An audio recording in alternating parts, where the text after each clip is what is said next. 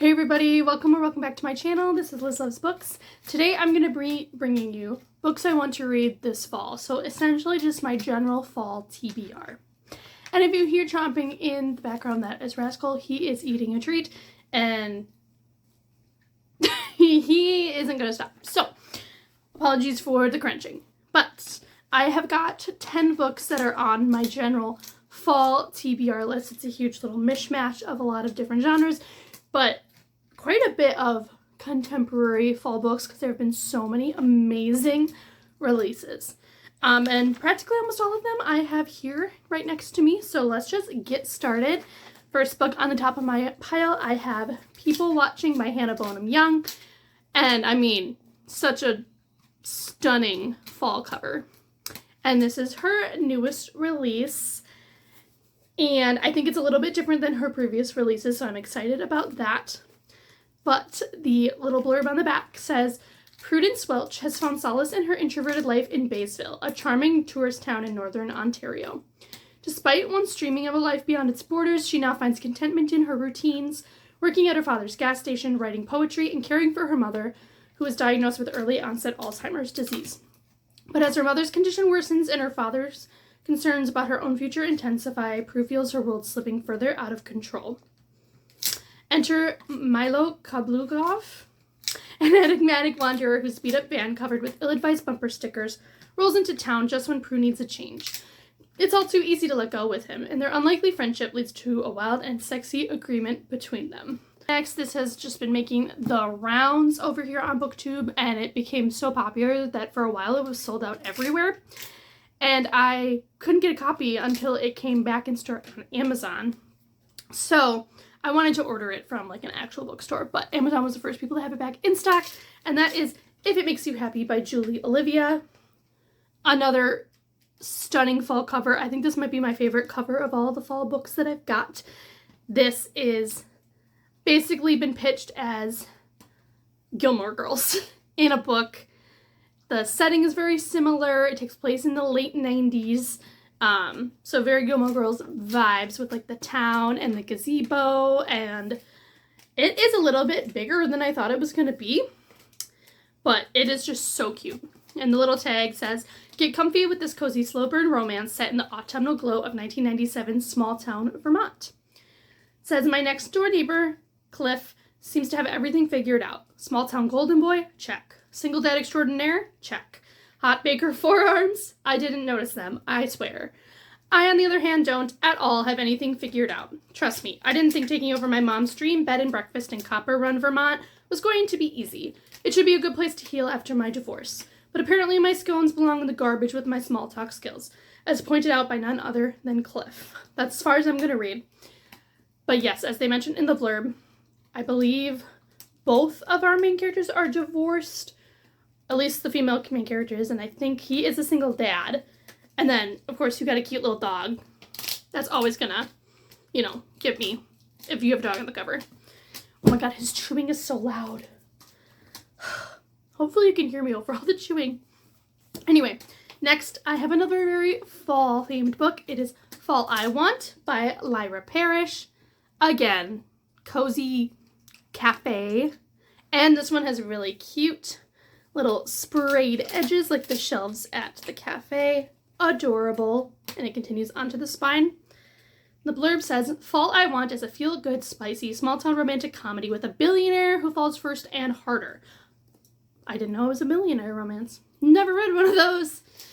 Grab a pumpkin spice latte, a warm fuzzy blanket, and make your way down to Cozy Creek. And I think I did look this up that it is a series, so I'm assuming it's going to be like an interconnected series, like a lot of romance books are. And our main characters are Zane and then Autumn. Of course, you have to have your main character have a fall name because the vibes. And of course, I also had to dress up very fall today, even though it's still like 78 degrees here in Wisconsin. And I'm hoping the weather goes down soon. Then another very fall-centric read. This is Falling Like Leaves by Misty Wilson. This is a YA contemporary, so it's going to be a little bit different than some of those spicier romances. But again, a very cutesy little cover, fun little leaves, sprayed edges.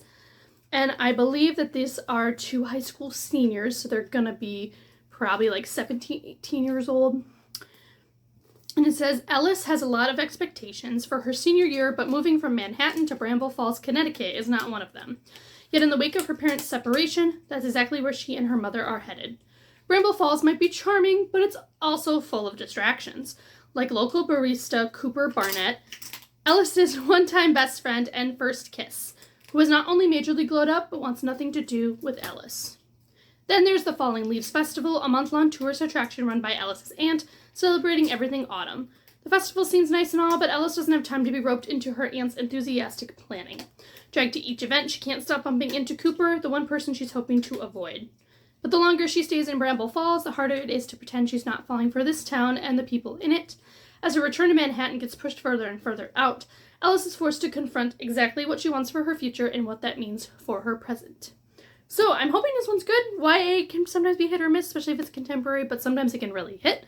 And I showed you the sprayed edges, but the back with the pumpkins and the tree. I have The Spell Shop by Sarah Beth Durst.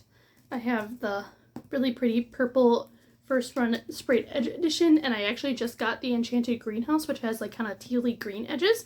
And I was like, okay, I've got that. So it's about time to read this book. And it says here, a lush cottagecore tale full of stolen spellbooks, unexpected friendships, sweet jams, and even sweeter love. So another very cozy, little bit more fantasy leaning. It says, Keela has always had trouble dealing with people. Thankfully, as a librarian at the Great Library of Elysium, she and her assistant Kaz, a magically sentient spider plant, have spent the last decade sequestered among the Empire's most precious spellbooks, preserving their magic for the city's elite. I knew about the spider plant, but I didn't know that she was a librarian. Okay, this has got to like move to the top because I am a librarian, and this just made me even more excited to read this book. Then, a little different from the rest, I have Bury Our Bones in the Midnight Soul by V.E. Schwab. This is a historical vampire story because it follows 3 different POVs. And this one's fun because it is just the standard edition, but I was able to get it at one of my local bookstores and it's signed. So that is very, very fun. And it has a lot of really cool illustrations within it as well, which I think is really cool just for a standard edition, especially since it doesn't have any sprayed edges. But it says, this is a story about hunger. In 1532, Santo Domingo de la Calzada. It follows a character named Maria. Then it says, this is a story about love. 1827, London, following a woman named Charlotte. And then this is a story about rage. 2019, Boston, following a character named Alice. And then it says, this is a story about life, how it ends and how it starts. Now, I don't want to beat anybody over the head with this because this has also been making the rounds here on BookTube, so a lot of people already know the whole synopsis of this, but everyone says it's sapphic lesbian vampires.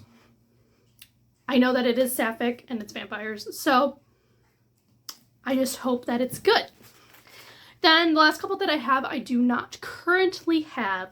So we have Soul Searching by Lila Sage, which comes out September 30th. I have pre-ordered it because I am actually being able to go to a author talk Q&A that Lila is going to be at down in Illinois. And I believe it's also in conversation with Bryn Weaver. And there's not like a signing or anything, and you can't bring like other books to sign, but you get Soul Searching and it will be signed. So I'm very, very excited to be able to get that soon. I believe it's on like October 2nd that I'm going, so I'll get it like a day or two after, which I'm so excited for. And I believe it is the beginning of a new duology that she is doing called Sweetwater Peak. It follows our main characters, Brady and Collins. And I know that it is a little bit like a contemporary romance like she normally writes, but it isn't cowboy romance. It is kind of like a paranormal contemporary romance. Because I know the FMC can talk to ghosts. And our MMC is like a contractor or something along those lines. So then I have 2 books that are in the same like universe and world, and that is The Very Secret Society of Irregular Witches and A Witch's Guide to Magical Innkeeping by Sangu Mandana. I don't know exactly the whole synopsis of these ones, but I've seen A Witch's Guide to Magical Innkeeping going around here on BookTube, and then obviously when the Very Secret Society for Regular Witches came out, I believe in 2023, could be 2024, came out. I wanted to read them. Then I have one that I just found, and I don't know anything about it really. It's called The Honey Crisp Orchard Inn, which is up here, and I currently can't remember the author's last name, but you can see it right here. The cover got me. It's just a cover read. I'm gonna try to get it from the library.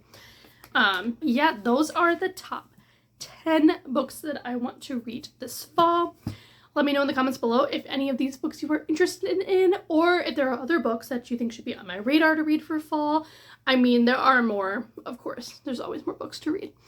But these are the top ones that I want to read and see if I really like them. And yeah, thanks for being here with me, and I will see you in another video soon. Bye, guys.